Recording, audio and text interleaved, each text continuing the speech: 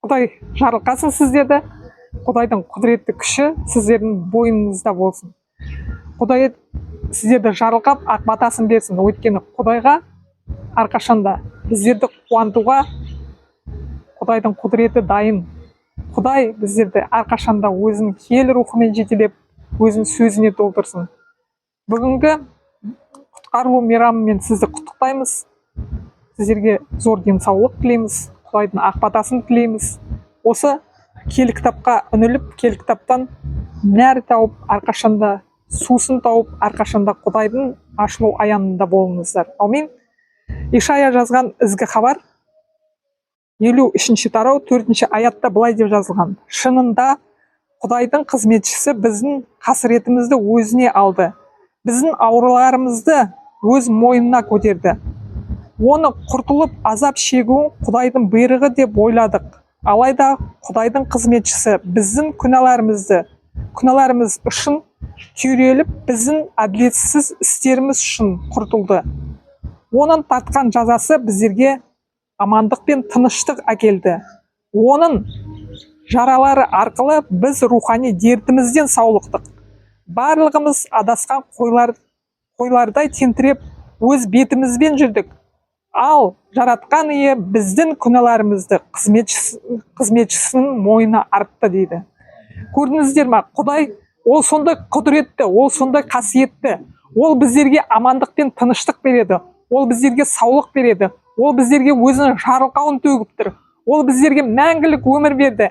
Әрқашанда қуаныңдар, әрқашанда шаттаныңдар, әрқашанда Құдайдың киелі есімін мадақтаңдар. Өйткені ол лайықты.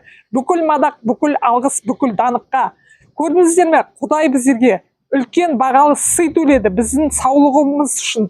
Біздердің рухани дерттерімізді өз мойнына көтерді дейді. Сондықтан біздер жеңілпаз Құдайға сенеміз. Біздер әрқашанда жеңілпазбыз. Біздер әрқашанда Құдайдың сөзіне сеніп, сол сеніммен әрқашанда өзіміздің саулығымызды қабылдауымыз керек.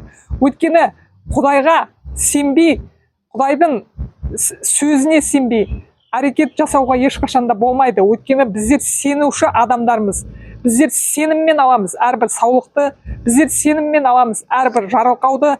Біздер Құдайдың сөзіне сеніп, Құдайдың сөзіне иланып, Құдайдың сөзін оқып тойынғанда, біздер сол сөзді өзіміздің жүрегімізге қабылдағанда, біздерге саулық келеді, біздерге нәр келеді. Біздер шөлкіреп тұрған жер сияқты суды аңсап тұрамыз. Біздер марал мөлдір суды қалай аңсаса, солай біздің жан дүниеміз Құдайдың сөзін аңсайды. Біздер сол суды қалай марал шөл далада жүріп аңсаса, суды көзбен елестетіп, өзі сол суды сезіп, сол суға қарай жүгірсе, шөлін қандыруға, рақаттануға, солай да біздің жан дүниеміз Құдайдың сөзін шөлкіреуіміз керек. Әрқашанда біздер Құдайдың сөзінен ізденуіміз керек. Өйткені Құдай ол біздерге өз патшалығын берді, өз бағалы құнын төледі. Біздердің кінәларымыздан ақтау үшін, біздерді әділетсіздік істерімізден кешіру үшін, біздерді үлкен бағалы құн төлеп, біздерді ақтап алды. Сондықтан да біздер әрқашанда жүрегімізбен қабылдауымыз керек. Біздер киелі кітапқа үңілсек, сол жерде жазылып тұр: сенімсіз әрекет ешқашанда нәтиже бермейді дейді.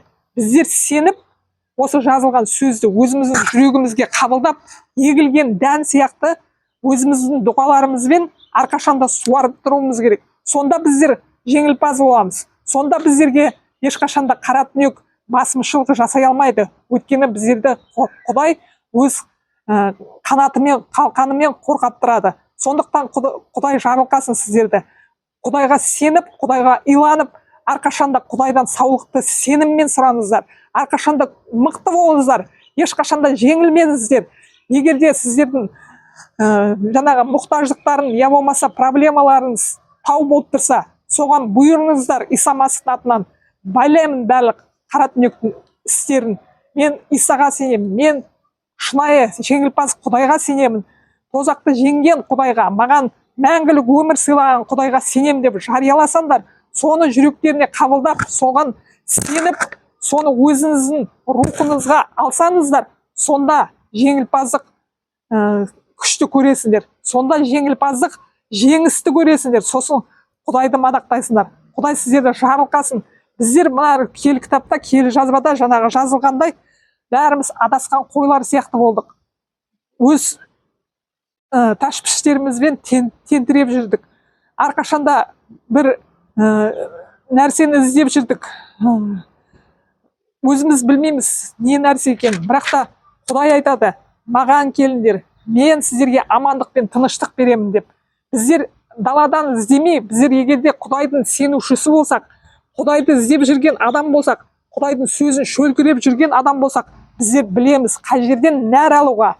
Ол киелі кітаптың ақиқат сөзі, ол киелі кітаптан біздерге Құдайдың айтқан уәдесі. Сол уәдені біздер жүрегімізге қабылдап, амандық пен тыныштықта болайық, бауырластар. Құдай сіздерді жарылқасын. Құдай сіздерге амандық пен тыныштық берсін, саулық берсін. Иса Масихтың атынан, аумин.